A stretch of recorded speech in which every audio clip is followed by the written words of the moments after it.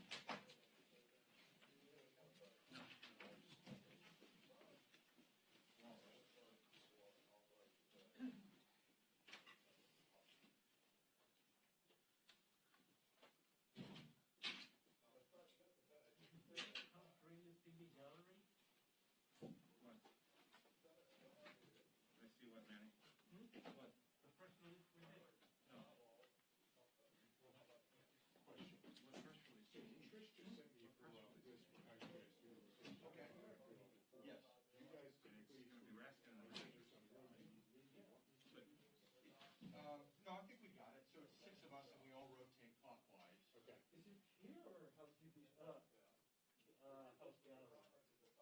Well, so this is the house gallery. They are coming here, though. Oh, okay. Yeah, Okay. yeah, definitely. So, So we're going to do 6 and rotate. Okay. all right. But I mean, I think 6 sounds like fine. Tricia said 5. Oh. I defer to you guys. I mean, Well, they marked 6 spots. 1, 2, 3, 4, 5, 6. I'll do 6. Okay, thanks. I'm fine with that.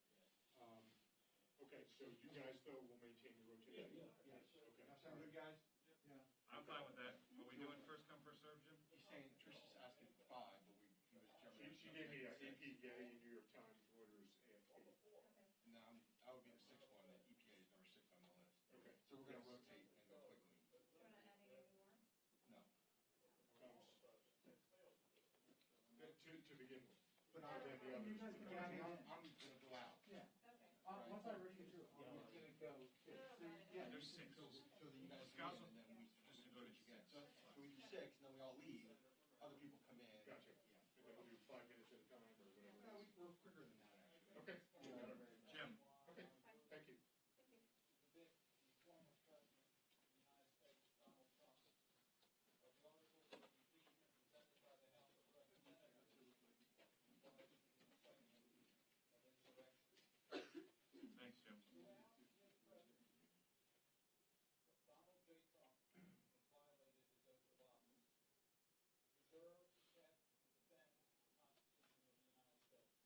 There are many examples that I could give of how he violated his oath of office. So how are we going to do about filing? Basis of the first article, How are we going to do about filing? Hold on. violating his oath of office. No, we're going to rotate. He's going to have to do one read, and we're going to go file in the hallway? Yeah, I'm not talking about it. Manny, we're gonna file in the hallway, Yeah. all right?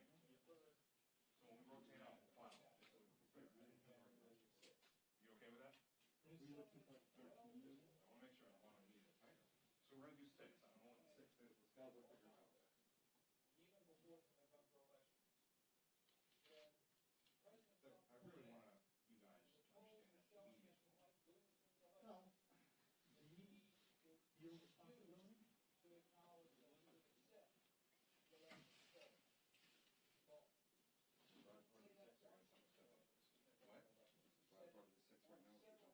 No, Rob, no.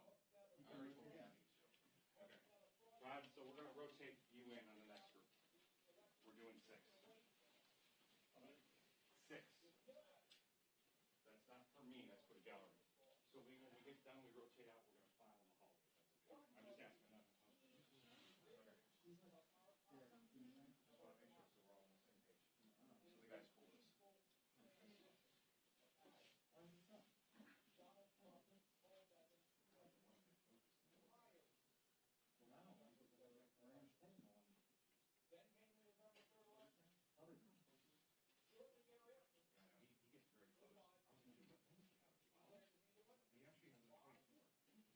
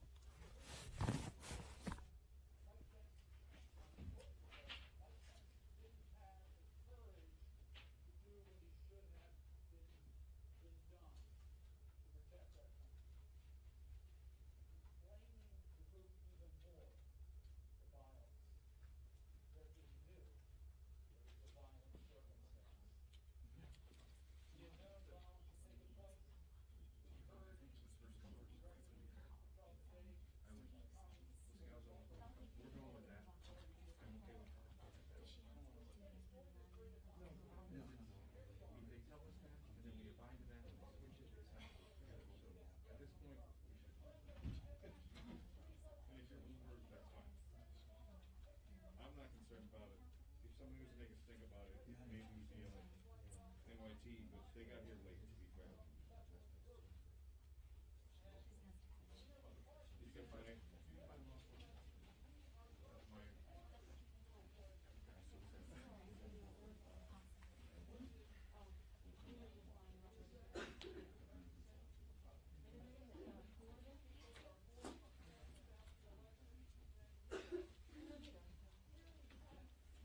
So guys, we're at the 6th capacity. So everybody else gotta go outside. So we're gonna rotate it. That's for the gallery, not us.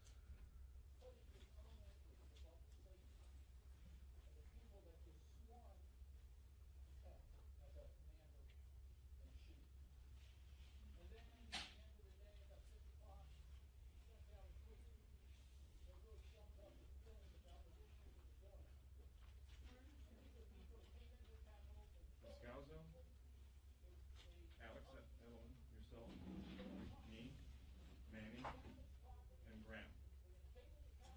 And then we'll rotate in a couple minutes, but we're just following whatever they said for the 6th.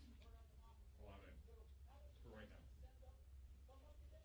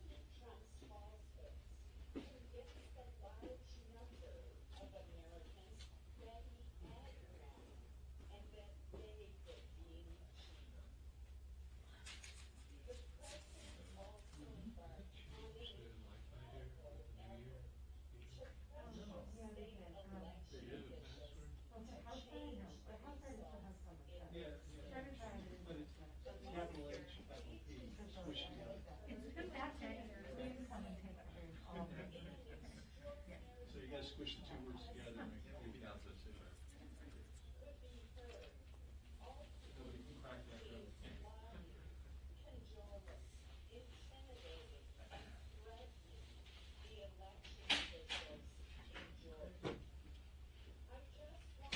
Eric?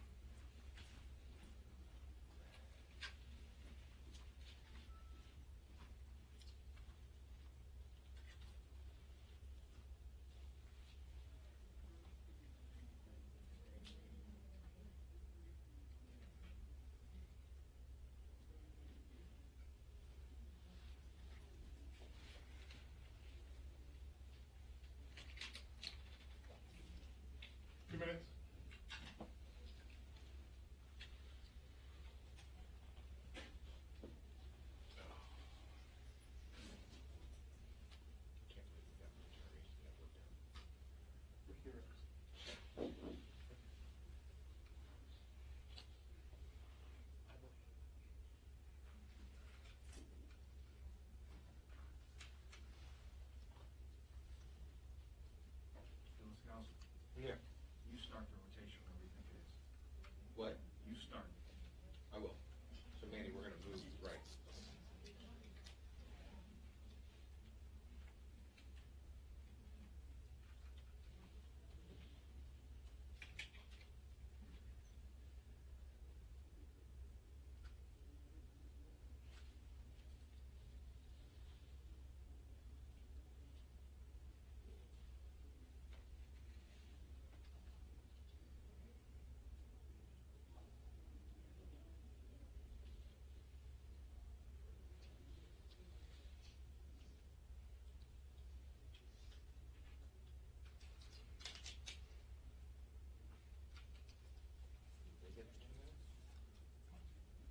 I'm not sure.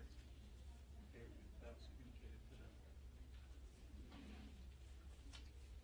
Kind of their show.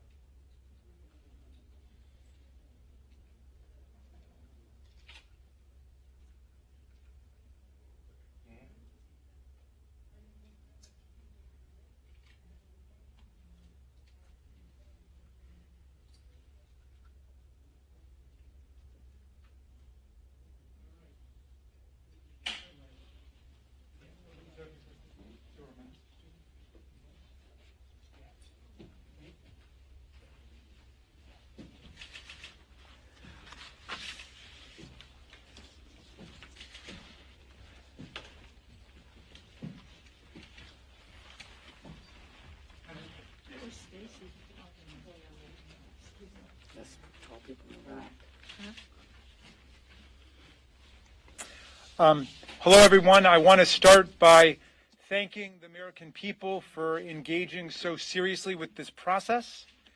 And I want to thank the members of the Senate, and I want to thank the members of the House, and I want to thank the terrific members of the House impeachment manager team. Trump stormed our house with the mob he incited, and we defended our house. And he violated our Constitution, and we defended the Constitution. And they tried to trash our democracy, and we revived it, and we protected it. This was the most bipartisan presidential impeachment in the history of the United States. And we know that impeachment, for reasons that we could explore at some other time, often becomes partisan. But this was the most bipartisan presidential impeachment event in the history of the country. It was also the largest Senate vote for a presidential impeachment, 57 to 43. And of course, the vote to impeach was 232 to 197 in the House. So we have a clear and convincing majority of members of Congress that the president actually incited violent insurrection against the Union and against the Congress. Senator Mitch McConnell just went to the floor essentially to say that we made our case on the facts, that he believed that Donald Trump was practically and morally responsible for inciting the events of January 6th. He described it, as we did, as a disgraceful dereliction of duty, a desertion of his office. And he made a series of statements that we didn't even make, saying that this was not over yet by a long shot, essentially, and that there was the path of criminal prosecution for the former president, the disgraced and now twice impeached former president. So the bottom line is that we convinced a big majority in the Senate of our case. I'm very proud of the exceptional hard work of these managers who worked through the night, many nights over several weeks, to make this case to the Senate and to the Union. As to, I just want to say, one word about the whole thing about witnesses. We were able to get treated as live under oath testimony, the statement of our colleague, Congresswoman Jamie Herrera Butler. We were able to get a stipulation to that and get it into evidence today by asking for her as a witness.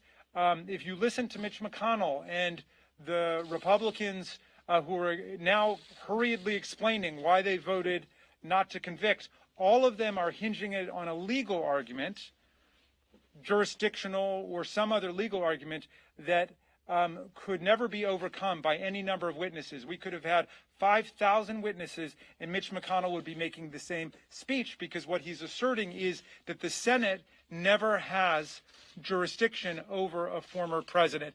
And for reasons I don't need to belabor, because a big part of the trial was about this, we reject that completely. It's totally at odds with our history, the Blunt case, the Belknap case, the text of the Constitution, the original intent of the Constitution, the original understanding of the Constitution, the Senate's own precedents, and so on. But in any event, the point is that no number of witnesses demonstrating that Donald Trump continued to incite the insurrectionists even after the invasion of the Capitol would convince them.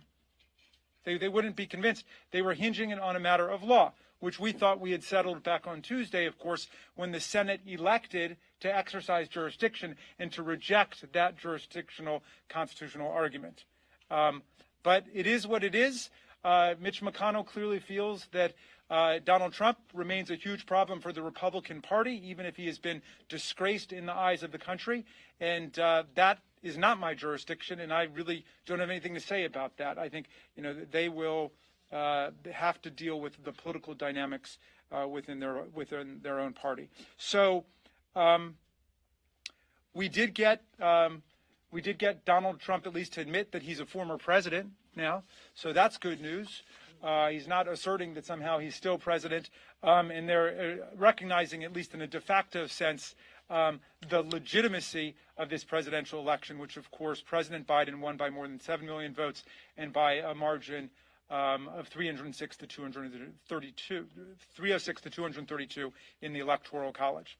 With that, I will close my remarks, and the questions are open for any of us, and I'm going to share the podium with my distinguished colleagues. Okay. Yes, Mona. Speaking about witnesses, at the beginning of this proceeding, there was a procedural motion. 5 Republicans broke ranks. They voted on the Rand Paul motion.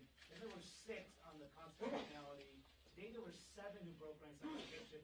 So what's to say if you didn't push harder on witnesses, try to get someone who could provide shed more light into Donald Trump's thinking, that you couldn't have grown the number of Republican defectors? All right. Somebody else want to take a shot at that? I thought I addressed that, but anybody else want to? Yes, please, Stacey. Listen, we heard from the minority leader, Mitch McConnell, that we have proven the case. He said specifically, the House managers have proven the facts of the case. And before we started yesterday, we knew when we rested with overwhelming evidence as to the facts of this case. These all jurors were also witnesses to the crime. They knew specifically what was happening. And then there was, we found additional information about Herrera Butler, which we, on yesterday evening, we decided that we were going to go after. And we got it. We got that information to further amplify what we had already proven there in court. There is no other additional witnesses that were friendly to us that were not there on the screen. The body cameras of the Capitol police officers, how much more resonance would that have given to them than the actual seeing the day of the insurrection?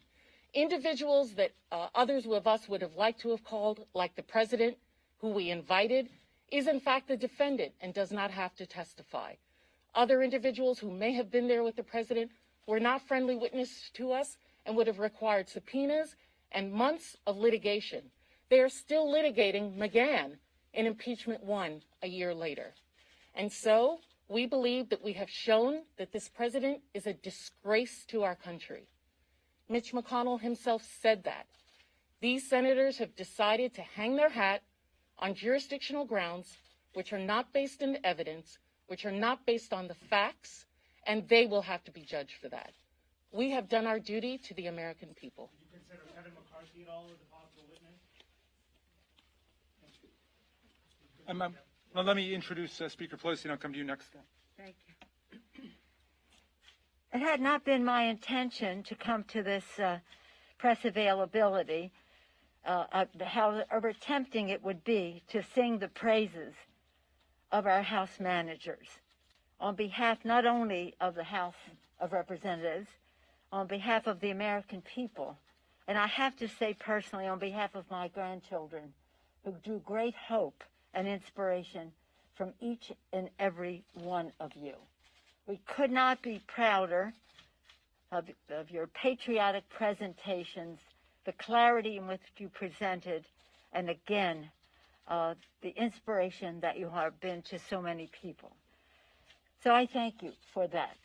When I see all of them, it reminds me that when we recruit candidates to run for office, or we see them self-recruiting, we always say, and they'll say, well, I could be the president of my university, or I could be the head of my hospital department, or this or that. And so I have to think about whether I run for Congress. We always say, we don't want anybody without options. That's why we're looking to you to run, because you have options. That shouldn't be a reason for you not to run. But what we saw in that Senate today was a cowardly group of Republicans who apparently have no options because they were afraid to defend their job, respect the institution in which they served. Imagine that it would be vandalized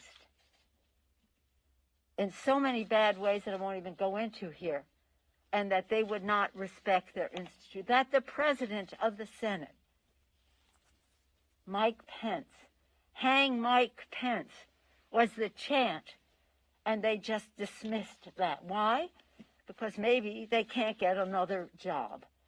What is so important about any one of us? What is so important about the political survival of any one of us that is more important than our Constitution that we take an oath to protect and defend? But why I came over was because I listened to Mitch McConnell. Mitch McConnell, who, when this distinguished group of House managers were gathered on January 15th to deliver the articles of impeachment, we're told it could not be received because Mitch McConnell had shut down the Senate and was going to keep it shut down until the inauguration. So for him to get up there and make this indictment against the president and then say, but I can't vote for it because it's after the fact that he established that it could not be delivered before the inauguration. Now, when you think about January 6th, between January 6th and January 20th, you're only talking about just under 2 weeks, a day under 2 weeks. So the big lie, stop the steal, the big lie that you talked about, stop the steal, was the momentum for getting these people there on the 6th. They honestly believe, for whatever reason, maybe too much social media, whatever. Watch Social Media, that movie. So why they were thinking that that was true, that the election was not legitimate, whatever the reason the president told them. So, okay, so that's the 6th. The week later, we impeach in the House. Thank you to those of you who participated right away. Jamie Raskin, Ted Lieu, and David Cicilline. Where's David Cicilline? They had it all written up and ready to go. Bipartisanly passed the House, and then 2 days later, ready with the case to take to the Senate. Oh, we can't receive it. Not a question. And then by the law, you're supposed to receive it and the next day start the trial. So for Mitch McConnell, who created the situation where it could not have been heard before the 20th, or even begun before the 20th in the Senate, to say all the things he said, oh my gosh, about Donald Trump and how horrible he was and is, and then say, but the time that the House chose to bring it over, no, we didn't choose. You chose not to receive it. So I think that's really important. And again, it doesn't matter. As Jamie and others have told us, you can have the case after the person is out of office. So it's an elementary discussion. The Senate rules in that way and honoring a precedent on this. So it didn't matter, except it was not the reason that he voted the way he did. It was the excuse that he used. And so that's why I think it's important, because that was a very important speech. I thought Chuck Schumer's speech was remarkable in laying it all out. I think he was inspired by all of you, because you raised the level of all of this to such a place of patriotism and knowledge of our country, our history, and what we owe our children. Again, we always say, honoring the vision of our founders, worthy of the sacrifice of our men and women in uniform, and respecting the aspirations of our children. They did all of that. And as Jamie, the distinguished lead manager said earlier, on this presidential weekend, our sense of patriotism is stirred, and we're called upon in a stronger way. So I want to thank them. I want to thank Stacy Plaskett. Thank you, Stacy. Thank you, Madeline Dean. Thank you very much, Joe Naguse. Thank you, Eric Swalwell. Thank you, Diana DeGette. Thank you, David Cicilline. Thank you, Ted Lieu. Thank you, Joaquin Castro. Thank you very much, Mr. Lead Manager, on all of this. We just couldn't be prouder. I've been hearing from my grandchildren who are very sad that justice wasn't done.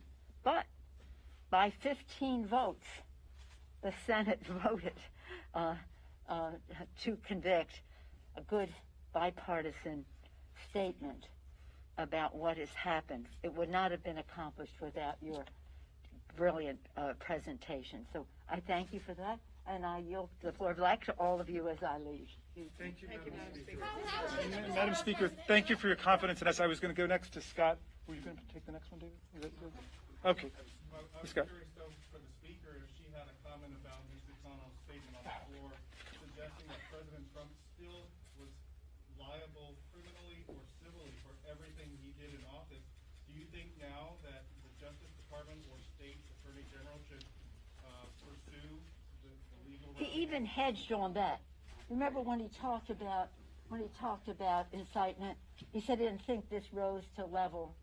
Oh, and so he was hedging all over the place. I don't know whether it was for donors or what, but whatever it was a very disingenuous speech. And I say that regretfully, because I always want to be able to work with the leadership of the other party.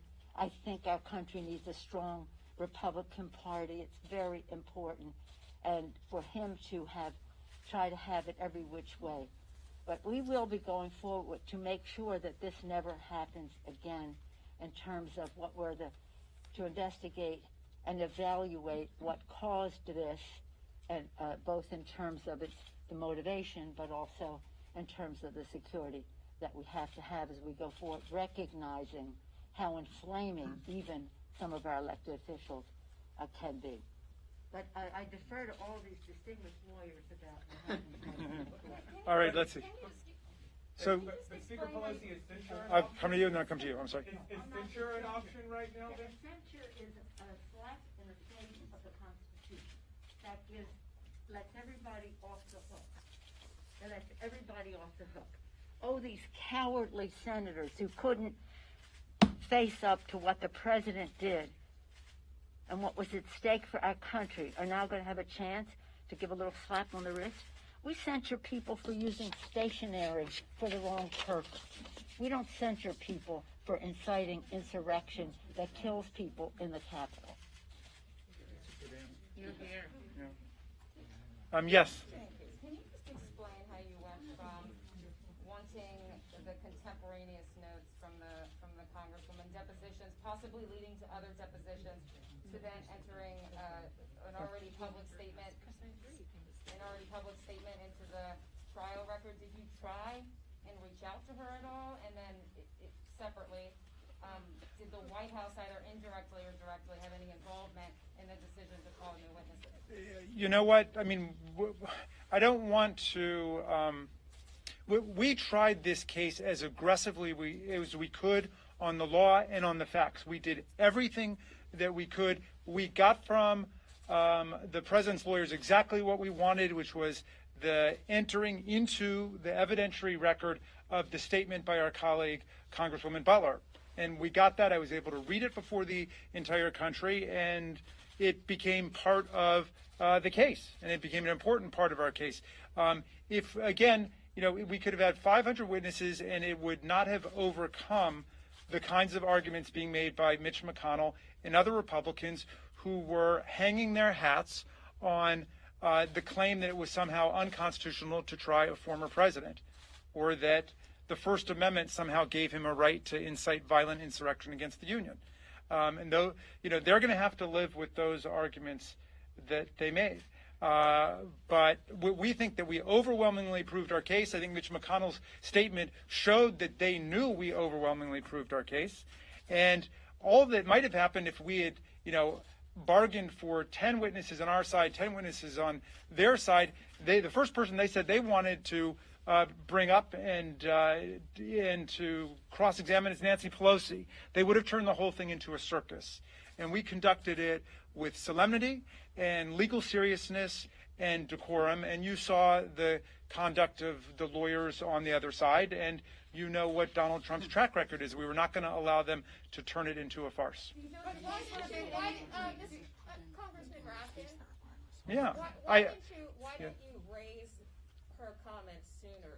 She said in her statement that she brought this up as early as January 12th, so why didn't you introduce it in the trial sooner? Why did you wait until the state, at least the first time that I saw the statement was yesterday. It was that statement was released yesterday. So, but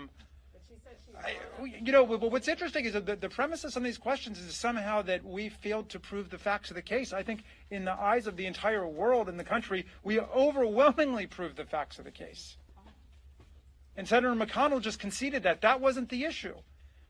And then you got to talk to the 43 senators who are basically saying no amount of facts would have made any difference to them because they didn't think that the president was subject to the jurisdiction of the Senate. That was the argument you just heard Mitch McConnell make. So forgive me for reacting strongly to that, but that seems to me to be a completely bizarre conclusion to these events, to say that somehow if we had just had one more witness, Mitch McConnell would have come over to our side. Just listen to his words. Yes. Congressman, thank you. Just to follow up on your earlier question, did the White House convey to you in any way that they did not want witnesses because it might draw out the process? Did the White House tell you they wanted a short, condensed trial? I never spoke to anyone from the White House or to President Biden or to Vice President Harris. None of them. No. And I made the call. So you want to blame somebody? I think we were just trying to understand how, in terms of witnesses, how you got from asking. Well, remember, when you get in a situation like this, if we had needed any witnesses to make our case, then we would have gone all the way and insisted on witnesses in a 6-week trial or an 8-week trial or whatever. We didn't. We overwhelmingly proved our case. Senator McConnell, the leader of the Republicans in the Senate, just conceded that, right? All of them are saying, well, you won on the facts. But you're confusing. So, you said something. It was two things that we had to do, right? And we'll just take one more. We had to first have a motion for witnesses, which we did when we were supposed to do it, which was after the prosecution and the defense made their case. We made a motion to allow for witnesses, and then after that, we requested one witness. The Republican counsel for the president, the former president, said he was going to bring 100 witnesses. We got the essence of what we wanted, which was the statement of Congresswoman Jamie Herrera Butler. The defense got nothing. And I think that what you're doing is making a lot out of and dismissing the incredible evidence of havoc, mayhem, and what this president had done over a period of months to bring destruction to our democracy by talking about if you had 2 or 3 more witnesses, what was going to happen. One thing I would just add to it is remember there's a reason that the request for witnesses comes at the conclusion of the case, because we had an opportunity to see the former president's counsel, and decided whether we needed to provide additional witnesses. Don't forget, our case was filled with dozens of witnesses who were presented by way of video and statements and recordings. And it was only last night we learned about this new information, and we got the best of both worlds. We got that testimony in the record before the jury without any risk associated with it. And that's important to remember. This is a congresswoman who repeats a telephone call between Kevin McCarthy and the former president of the United States, in which Kevin McCarthy is pleading for help, saying, help us, we're under attack.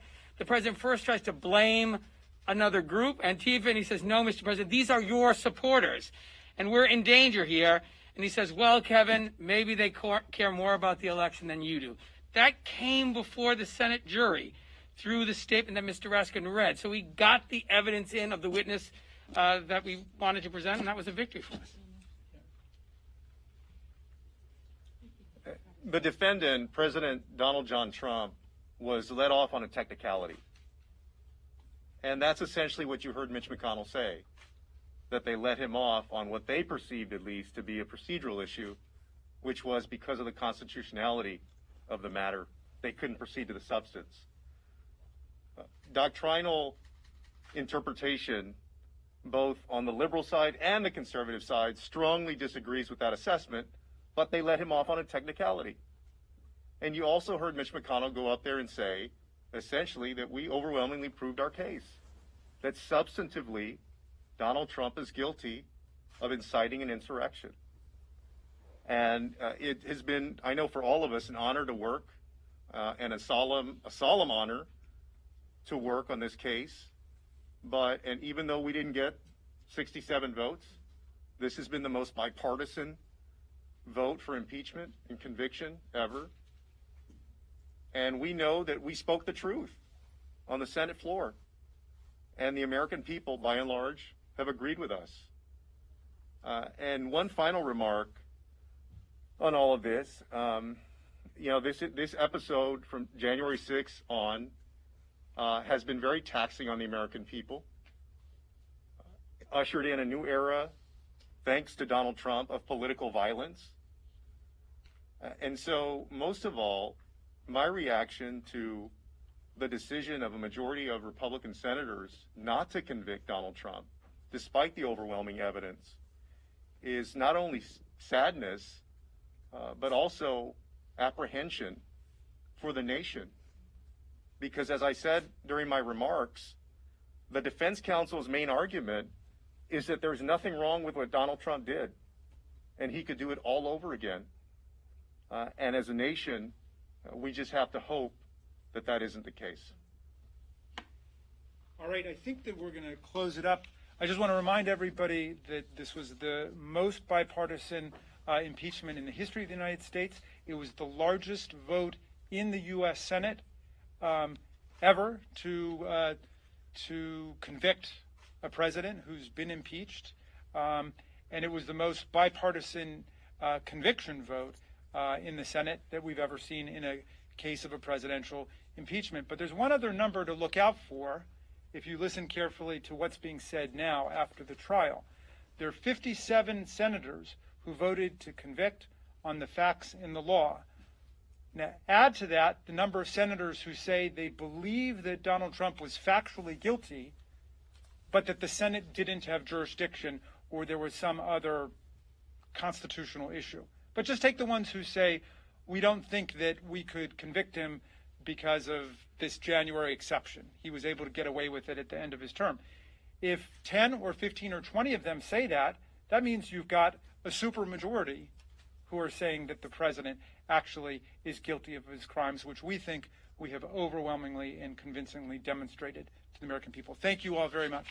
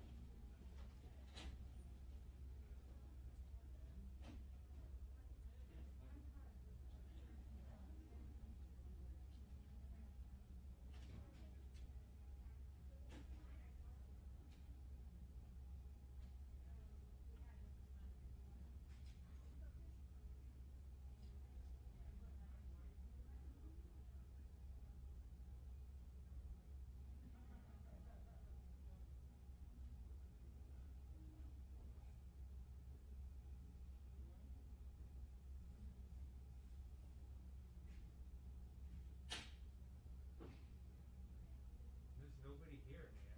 There's no side camera. Unless they, and they have a robo camera in the back